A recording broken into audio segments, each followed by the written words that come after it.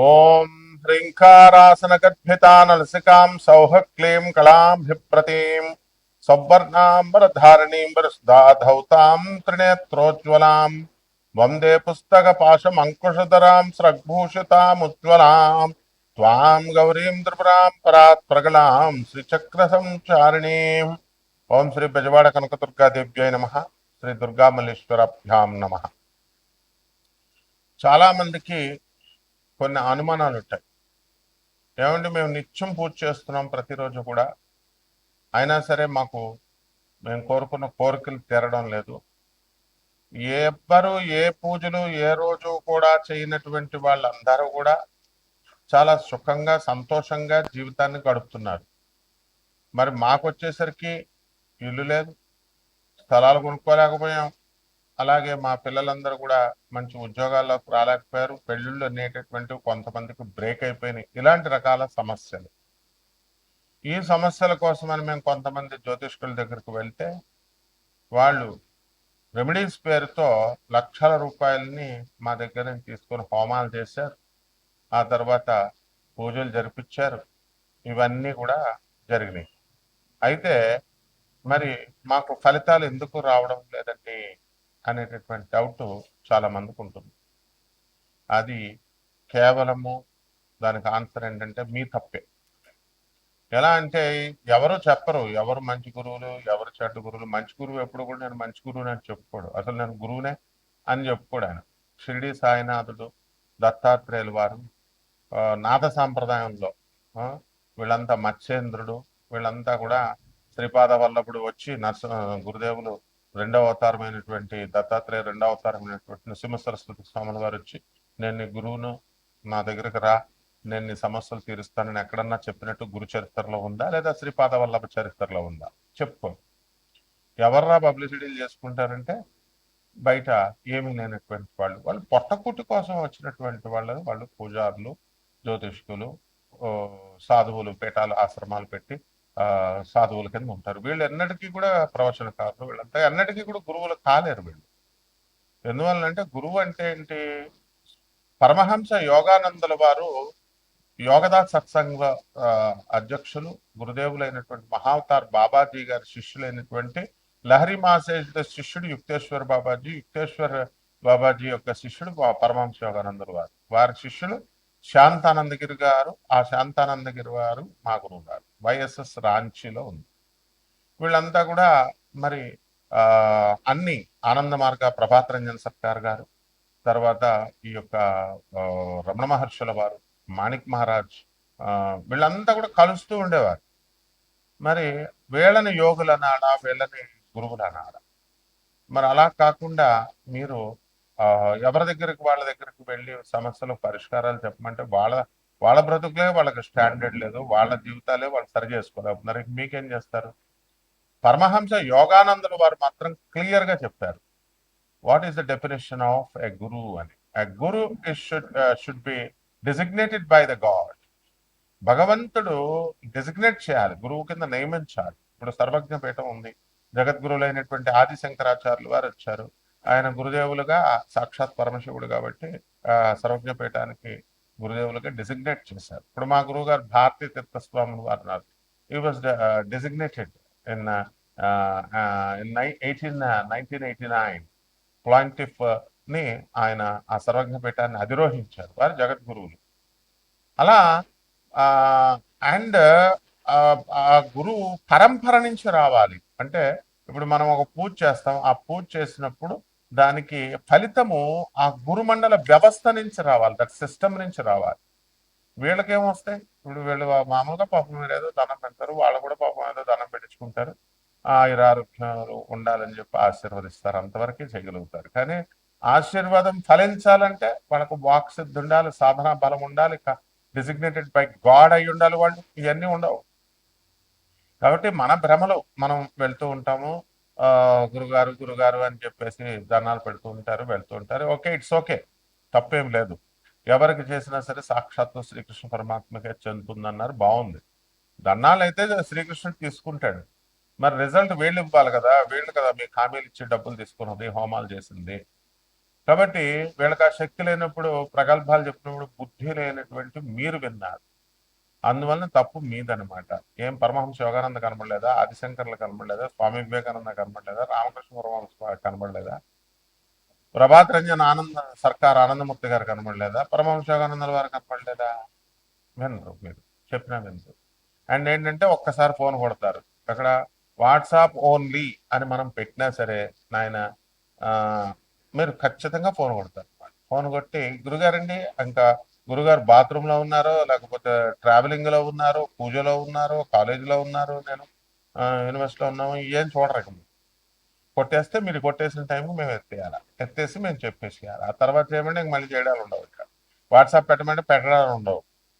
మంత్రాలు తీసుకుంటారు, దాని ఫాలో అప్ చెప్పరు. ఫాలో అప్ చెప్పండిరా అంటే గంట గంటకు ఫాలో అప్ చేసి గురుగారు ఇప్పుడు స్టార్ట్ చేస్తున్నానండి, తర్వాత రేపు స్టార్ట్ చేస్తానండి. ఇయ్యా ఒక పరంపరలో వెళ్ళాలి. ఒక తర్వాత ఏమన్నా తిడితే అలిగేస్తారు. ఆ, మీకు కావాల్సిన యక్షిణి మంత్రాలు, యక్షిణి చీల్చేస్తుంది. యక్షిణి అంటే ఏంటనుకుంటున్నారు? ఈ యూట్యూబ్ లో ఉన్నటువంటి యక్షిణి దేవతల గురించి చెప్పిన వాళ్ళకి వీళ్ళకి ఏం తెలియదు. యక్షిని ఒక ఆత్మ అంటాడు, ఒకడు చచ్చిపోయిన ఆత్మ ఒకడు అయిపోయింది అంటాడు. వాడేమో సిద్ధి పొందేసిందని ఆ ఛానల్ వాళ్ళు ప్రచారం, మనం వెళ్ళడం మానేస్తే ఆ ఛానల్ వాళ్ళు ప్రచారం. ఇలా రకరకాలుగా ఈ యక్షిని అనేటటువంటిది మలమూత్రాలు తినాలంటాడు ఇంకొక దౌర్భాగ్యుడు. ఆ తర్వాత రొమాన్స్ చేస్తుంది మీకు అర్ధరాత్రులు వచ్చాయని చెప్తాడు ఇంకొక రాస్కల్. ఇదే యక్షిణి దేవతల గురించి చెప్పింది. వాళ్ళ పేర్లోనే ఉంది దేవతలు అని. యక్షిణి దేవతలు అని, యక్ష గంధర్వ కిన్నెర కింపురుష దేవతలు. వీళ్ళకి ఎందుకు ఈ సాధన కఠినమైనటువంటిది అని అంటే మనకి ఆ అవి చాలా మామూలు మిగతా దేవతలందరూ కూడా నువ్వు స్నానం చేసి చేయకపోయినా పూజ, స్నానం చేసి చేసినా స్నానం చేయకుండా చేసినా వాళ్ళు ఏమనుకోరు. నైవేద్యాలు నువ్వు ఎలా చేసినా ఏం చేసినా శుభ్రత మడి మడి అని మడి బట్టలు కట్టేసుకోవడం కాదు. మడి అంటే ఈ మధ్య కాలంలో బిల్డప్ ఎక్కువైపోయింది. మడి భోజనాలు అంటాడు ఒకడు, ట్రస్ట్ పెట్టేస్తున్నాం మడి భోజనాలు చేసేస్తాం, కింద ఆ, ఉపన్యాసాలు ఇచ్చేస్తాం, డొనేషన్స్ ఇచ్చేయండి. ఆ, ఇక్కడ కాశీలో ఎవడో అనామకుడు వాడు ఎవడో కట్టేవాడు, అంతకుముందు అరుణాచలం గురించి పబ్లిసిటీ చేశాడు ఆయన. తర్వాత అందులో ఎవడో ఒకడో వాళ్ళందరూ డబ్బులు ఇచ్చారు, వాడు మాయమైపోయాడు, వాడు అక్కడ వర్క్స్ ఏం జరగలేదు. Is the way. తర్వాత ఇంకొకడు ఆ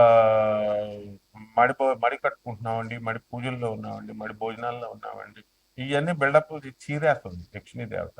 యక్షిణీ దేవత ఏంటంటే మనకి కోపం అధికంగా ఉంటుంది, at the same time very disciplined. సాధన చేసేటటువంటి వాడు మినిమం శుభ్రం ఉండాలి, శుభ్రత కలిగి ఉండాలి. అంటే స్నానం చేసేస్తే సరిపోతుందా అంటే నీ యొక్క మంచి బుద్ధులు ఇవన్నీ కూడా చూస్తున్నాను. తర్వాత ఈ యొక్క మంచి బుద్ధులు, ఈ మినిమం పవిత్రత పాటించాలి. And you should respect her, you should ఆమెను గౌరవించాలి, ఆమె మంత్రాన్ని గౌరవించాలి, ఆమె ప్రజెన్స్ వస్తుందని నమ్మాలి నువ్వు. ఆమెను ఎక్కడ అగౌరవపరిచినా సరే నేను చీల్చేస్తుంది. కాబట్టి ఆ ఈ ఈ విధవలేమో నువ్వు లవ్ చేయి కామాతురణం నా లజ్జ నా భయం అని, ఈ విధవలకే బుద్ధి లేదు అసలు చెప్పే విధవలకి. కామంతో అర్ధరాత్రులు వస్తుంది, మేముతో రొమాన్స్ చేస్తుంది, మీ ఆవిడ ముట్టుకోనివ్వదు, అంత నాన్ సెన్స్ అంతా చెప్తారు. ఏదో వీళ్ళేదో యక్షిణి సాధన చేస్తారు. ప్రపంచంలో ఎవడో చేయలేదు యక్షిణి సాధన నేను తప్ప. సో ఇది గుర్తుపెట్టుకోండి. ఎందువలనంటే ఆ సిద్ధి, ఆ యొక్క లక్షణాలు ఇవన్నీ కూడా మనకి ఆ, చెప్పేటటువంటి మాటలను బట్టి అర్థం అవుతాయి మనకి, మీరు తెలుసుకోవాలి అది. సో అటువంటి యక్షిణి మాతం దగ్గర మీరు డిస్రెస్పెక్ట్ ఇవ్వకుండా, ఆ, తర్వాత ఆమె పట్ల అగౌరవంగా ప్రవర్తించకుండా, అసభ్యకరంగా ప్రవర్తించకుండా, ఆ, ఇలా మీరు చేసుకున్నప్పుడు తప్పకుండా ఆమె ఆ, భౌతికమైనటువంటి వరాలను ఇచ్చేటటువంటి దేవత కాబట్టి అద్భుతమైనటువంటి డబ్బుని సంపదని ఇస్తుంది. ఇంకా కొంతమంది దశమహావిద్యలు నేర్పండి అంటారు. నేర్పేయడమే ఇదేంటి, ఏమన్నా ఫిజిక్స్ కెమిస్ట్రీ మ్యాథ్స్ ట్యూషన్ ఇస్తే వచ్చేసేది. ఐఐటి ఇచ్చేస్తామని చెప్తారు నారాయణ శ్రీ చైతన్యం, లేదా ఐఐటి సీట్లు వీళ్ళ చేతుల్లో ఉన్నట్టు మేము ఇప్పించేస్తాం ఆకాష్, ఐఐటి ఫిడ్జి అంతా. ఐఐటి చేత వాళ్ళ వాళ్ళ కౌన్సిలర్లు చెప్తారు ఐఐటి ఇచ్చేస్తామండి డైరెక్ట్ సీటు. అసలు MRPTC act, monopolies restrictive trade practices act ప్రకారము ఎవరైతే గ్యారంటీ ఇస్తారో వాళ్ళని బొక్కలో వేసేయచ్చు అనమాట. ఇవన్నీ తెలుసుకోవాలి మీరు. అలాగే ఈ యొక్క దశమహావిద్యలు ఇచ్చేయండి. దశమహావిద్యలకు మీరు డిసిప్లిన్ రావాలా, తిడితే మీరు పడాలి, గురువుకే ఎదిరిస్తారు మీరు. డేట్ ఆఫ్ బర్త్లు చెప్తారు, చెప్పేసేయండి ఫోన్లో అంటారు. ఇవన్నీ కాదు. అలాగే కోటాను కోట్ల మంది కామన్ ప్లాట్ఫారం మీద చెప్పబడేటటువంటి రాశులు ఇవి. కాబట్టి రాత్రికి ఒక దౌర్భాగ్యుడు నాకు ఫోన్ చేశాడు. రాత్రికి రాత్రి మారిపోతాయండి, నేను మీ అభిమాని అండి, మీరంటే రెస్పెక్ట్ అండి అంటాడు. బాగానే ఉన్నాడు, చెప్పి సగం చచ్చి అర్థం అవట్లా. ట్రావెలింగ్ లో ఉన్నప్పుడు అప్పుడు కొడతారు అనమాట. ఏమంటే నిన్నటి దాకా బాలేంది, జూన్ 1 వరకు బాలేని జాతకము, జూన్ 2 నుంచి గురుడు మిథున రాశి నుంచి కర్కాటక రాశిలోకి వచ్చేస్తున్నాడు. అర్ధరాత్రికి రాత్రి మారిపోద్ది అంటారు. బుద్ధి లేని విధవ. ఫస్ట్ అసలు జాతకాలు మారడం అంటే రాశి ఫలాలు ఈ గాడిదలు చెప్పేటటువంటి అందరూ ఇది జాతకాలు మారిపోతాయి, ఈ పూజలు చేసేస్తే మారిపోతాయి, ఇది చేసేస్తే మారిపోతాయి అని చెప్తే నువ్వు చేయించుకున్నావు. చేయించుకున్నటువంటి వాళ్ళకి ఏమైనా మారిందా? రూపాయి ఇవ్వలేదు, పావలా ఇవ్వలేదు. Stupid fellow. మారిపోద్దా అని నువ్వు డిస్కషన్స్ చేయడానికి ఆ ఫోన్ నెంబర్ పెట్టింది. నేను ఏమైనా మీ ఫ్రెండ్ నా 2 hours టైం, ఏమైనా 2 minutes టైం అని అంటారు.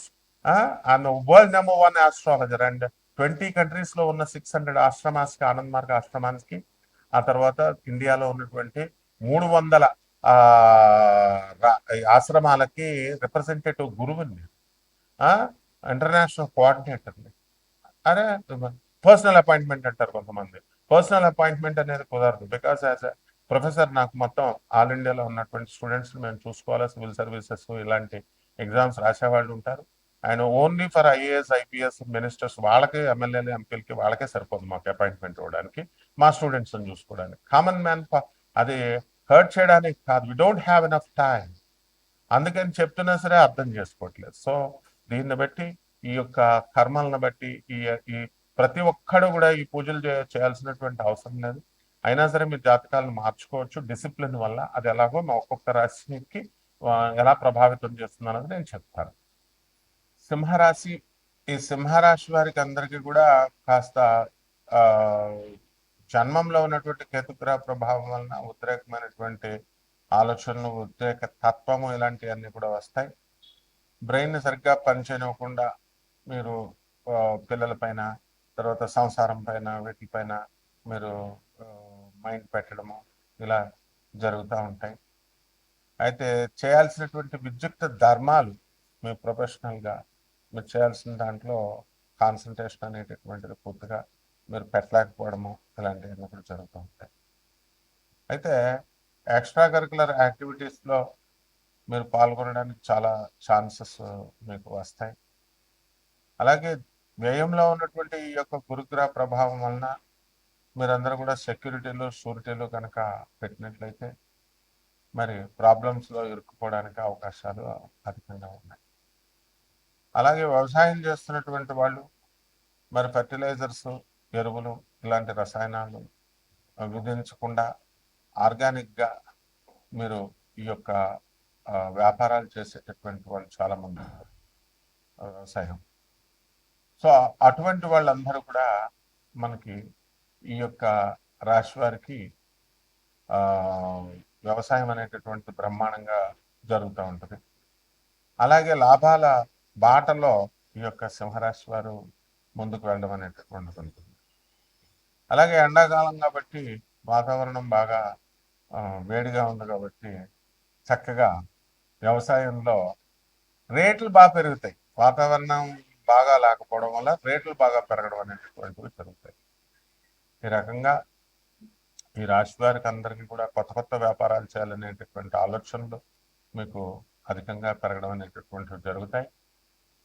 అలాగే అన్ని రకాల వ్యాపారాలు, డిజిటల్ వ్యాపారాల్లో కూడా లాభాలు కలగడానికి అధికమైనటువంటి అవకాశం ఉంటాయి. డిజిటల్ బిజినెస్లో ఉన్నటువంటి వాళ్ళు, సోషల్ మీడియాలో ఉన్నటువంటి వాళ్ళు బిజీగా వీళ్ళు ఉండడం, ఖాళీ లేకుండా పనిచేయడం, ఇవన్నీ కూడా అలా ఉంటాయి. అలాగే సింహరాశి వారికి చాలామందికి సప్తమంలో ఉన్నటువంటి రాహువు, అష్టమంలో ఉన్నటువంటి శనిగ్రహ ప్రభావం వలన యాక్సిడెంట్లు అవడానికి అవకాశాలు ఉన్నాయి అన్నాం. అంటే అందరికి అయిపోతాయి యాక్సిడెంట్లు. ఒక స్టూపిడ్ ఫెలో నాకు ఫోన్ చేసి నాకు యాక్సిడెంట్లు అవుతాయని బెదిరించారండి అని మా పిఎక్ చేశాడంట. టోల్ తీసేస్తాను, వదిలేస్తాను. అస్తమ శని అంటే యాక్సిడెంట్లు అవుతాయి, బీ కేర్ఫుల్ అని చెప్తాం. నీకు అవుతుందని చెప్తారా? కదా, అతి తెలివితేటల వల్ల నీ జీవితంలో నాశనం అయిపోయింది. ఇలా ప్రతి ఒక్కడు కూడా జాగ్రత్తగా జీవితాన్ని బాగు చేసుకోవడానికి మాత్రమే జ్యోతిషాలు ఉన్నాయని తెలుసుకోవాలా.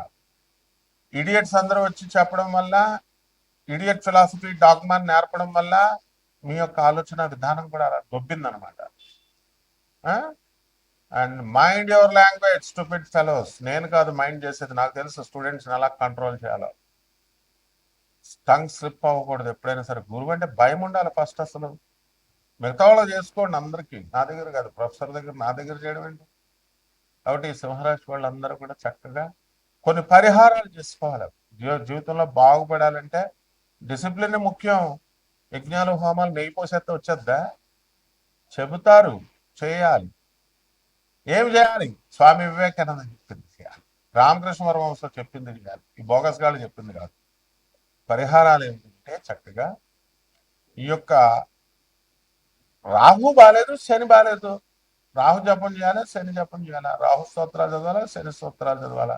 రాహు కిలోంపావు మినుముల్ని, ఆవుపేట రంగు ఉన్నటువంటి వస్త్రాలు ఇచ్చి పేద బ్రాహ్మణులకు దానం చేసుకోవాలి శనివారం నాడు ఉదయం 8 గంటలకి. శని జపం చేసుకోవాలా. అదేవిధంగా ఈ యొక్క మనము ఈ యొక్క రావి చెట్టుని తెచ్చుకొని కుండీలో వేసుకొని ఇంట్లో పెంచుకోవాలి.